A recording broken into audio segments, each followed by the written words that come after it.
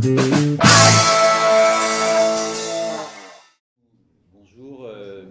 d'où je vous parle, en fait, moi je suis un professionnel du cinéma, je suis cinéaste moi-même, je fais des films depuis une vingtaine d'années, et si vous voulez, pour moi, il est très important de montrer les films, c'est-à-dire que si je fais un film, c'est pour le montrer, c'est un petit peu le même geste.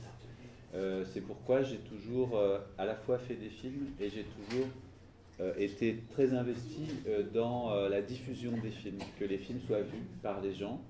Donc j'ai toujours eu un petit peu ces deux métiers en parallèle qui font sens ensemble.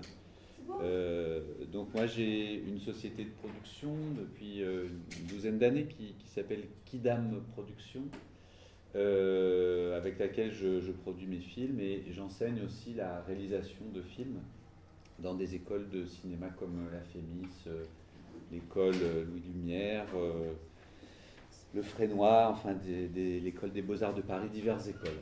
Et par rapport au court-métrage, on a eu une actualité assez importante au mois de décembre. Je ne sais pas si vous avez entendu parler du jour le plus court. Vous connaissez la fête de la musique qui a lieu le jour le plus long de l'année. Voilà, le 21 juin.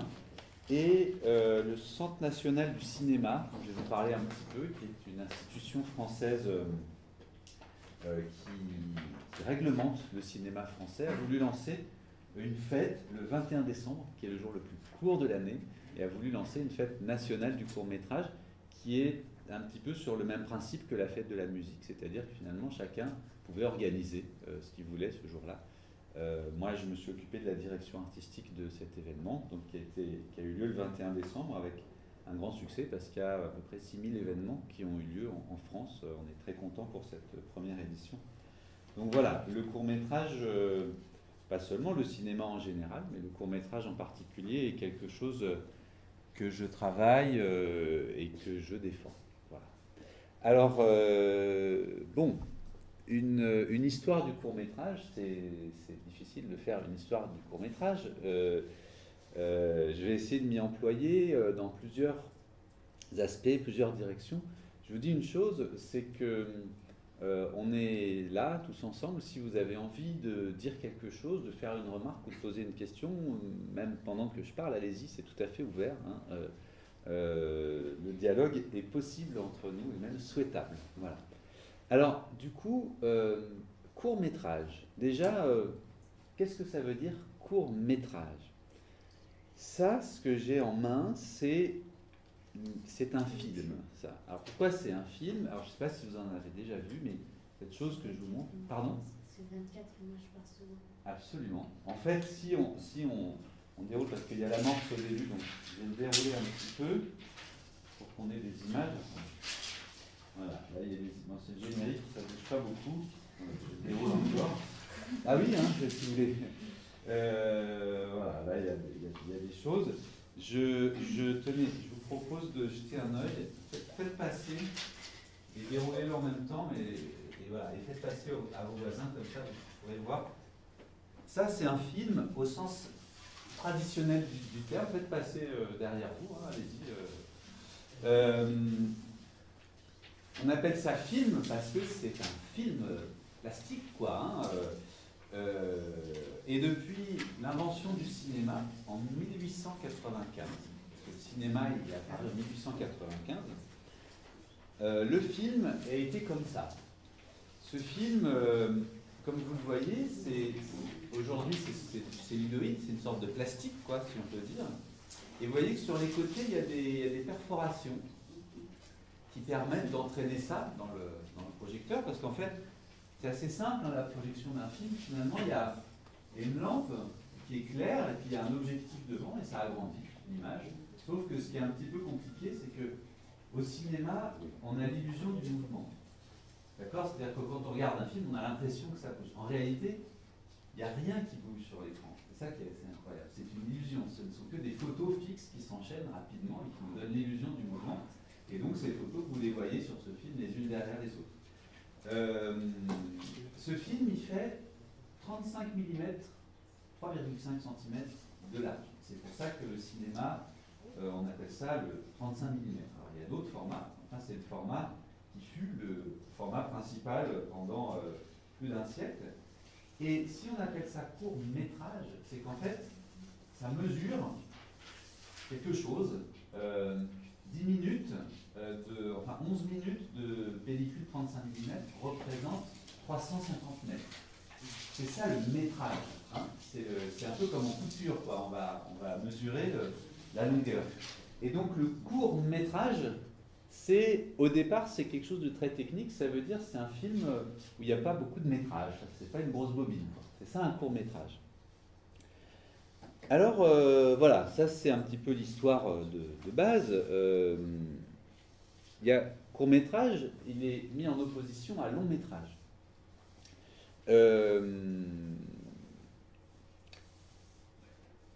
Il y a dans la loi française une différence entre le court métrage et le long métrage. Vous savez quelle est la limite entre les deux, à votre avis? Eh bien en fait c'est 60 minutes. Un film de moins de 60 minutes, c'est un court métrage, et un film de plus de 60 minutes, c'est un long métrage. Voilà, c'est aussi simple que ça. Il y a quelque chose dont vous avez peut-être entendu parler, qui est le moyen métrage. Je ne sais pas si vous avez, pour certains, peut-être entendu ça. Ça existe, hein, on parle de moyen métrage, mais ça, il n'y a aucune définition juridique du moyen métrage. C'est en gros des films qui font à partir d'une demi-heure. Enfin voilà, il n'y a pas du tout de choses législatives. Mais il faut savoir, et c'est important en France, le cinéma est très réglementé. Le monde du cinéma est très réglementé. C'est-à-dire que, en fait, en 1946, il y a un organisme qui a été créé qui s'appelle le CNC, Centre National du Cinéma, donc, avec qui j'ai travaillé pour organiser ce jour le plus court. Et le CNC, en fait, quel est son rôle? Son rôle, il est de collecter tout l'argent, pour le dire vite, qui vient des entrées. Quand vous payez votre entrée au cinéma, l'argent, il va au CNC. Et ensuite, c'est eux qui redistribuent. Et ils en gardent une partie pour pouvoir soutenir les films peut-être un petit peu moins commerciaux, etc. etc. Il y a des pays comme l'Italie, l'Angleterre, l'Espagne, ça change un petit peu, mais il y a des pays dans lesquels le cinéma a été sinistré. C'est-à-dire qu'il y avait un cinéma d'auteur, il y avait des gens qui faisaient des films, et ça n'existe quasiment plus. Alors qu'en France, on a la chance, je ne dis pas que tout est rose et que c'est simple, mais on a la chance en France d'avoir un cinéma qui existe encore, une ouverture aux auteurs possibles. Et ça a été rendu possible par cet organisme.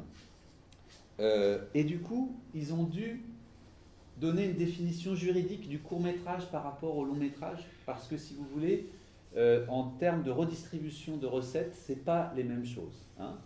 Si c'est un long-métrage ou un court-métrage, parce que est-ce que vous avez déjà vu des courts-métrages dans une salle de cinéma?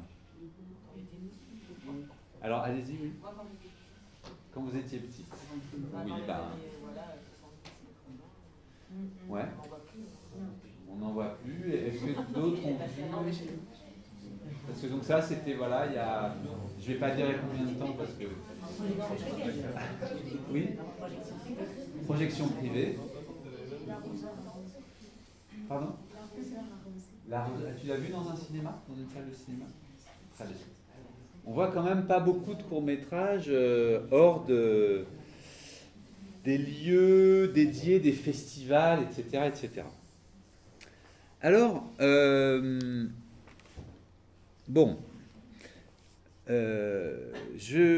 l'idée c'est de faire un petit peu l'histoire. Comment ça commence le cinéma? Ça commence en France en 1895 avec Louis et Auguste Lumière, qui étaient deux industriels de Lyon qui fabriquaient des pellicules photographiques. C'était ça, ils vendaient de la pellicule. À l'époque, la photographie existait déjà. Et leur truc à eux, c'était la photo couleur. Ils développaient la photo couleur et ils pensaient qu'avec ça, ils allaient gagner plein d'argent avec la photo couleur. Et en fait, ils ont inventé une machine qu'ils ont appelée le cinématographe. Et cette machine assez étrange, dans laquelle on pouvait mettre ce film-là, en fait, c'est une sorte de croisement, donc la caméra, le projecteur, à l'époque c'était le même objet, c'est une sorte de croisement entre un appareil photo, il y a un appareil photo pour prendre les photos, et puis ce système assez complexe qui amène chaque image fixe devant l'objectif de l'appareil photo, et à la fois, il faut que ça se déroule. C'est-à-dire qu'il y a un mouvement intermittent et un mouvement continu. C'est assez compliqué, et en fait, la technologie qui permet de faire ça a été inventée pour la machine à coudre. Le cinématographe, en fait, c'est un mariage entre une machine à coudre et un appareil photo. C'est ça que c'est. Mais c'est vrai, hein, c'est l'histoire technique. Et si vous voulez, ils ont inventé cette chose, le cinématographe, qui permettait comme ça de capter le réel. Et puis, ils ont fait des films, les premiers films qui ont été faits.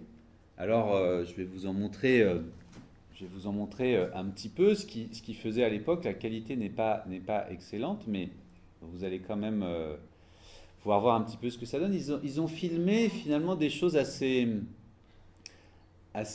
basiques. Alors, attendez, hop.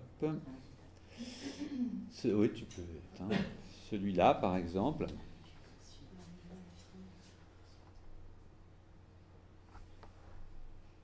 Ils ont posé leur caméra, si vous voulez, donc dans la gare de La Ciotat, et puis ils ont filmé.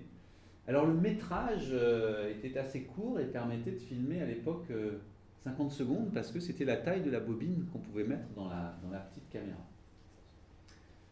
Ce film-là, voilà, la qualité n'est pas excellente, mais bon, ça permet de voir un petit peu quand même ce que c'est. Ce film-là, quand il a été vu par les spectateurs, à l'époque, en 1895, les gens étaient absolument terrifiés dans leur siège. Ça se passait à Paris, au sous-sol d'un hôtel. Ils ont organisé des projections. Les gens étaient totalement terrifiés, notamment par le début du film. Je vous le remets, hein, je me permets de vous le remettre. Notamment par le début. C'est-à-dire que là, voilà, ça, le train qui arrive, ils avaient l'impression que ce train arrivait sur eux et allait les écrabouiller. On n'a pas vraiment, nous, cette impression aujourd'hui. Hein.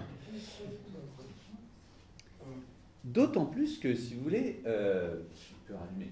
À l'époque, il y avait la grande attraction multimédia de l'époque, donc la fin du 19e siècle, ça s'appelait les fantasmagories. Ça n'existe plus du tout aujourd'hui et ça a été complètement enterré par le cinéma en très peu de temps. Les fantasmagories, c'était un truc génial, c'était une sorte de spectacle de son et lumière, si vous voulez, dans des salles avec apparition de fantômes, bruit, enfin des trucs incroyables techniquement, beaucoup plus finalement élaborés que cette espèce de... Bon, ok, c'est sympathique, hein, un train qui arrive, mais enfin, ça reste quand même très basique, enfin, vous en conviendrez autant que moi. Et pourtant, ça a frappé les esprits, cette espèce de chose a totalement frappé les gens, a totalement fasciné les gens, parce que, en fait,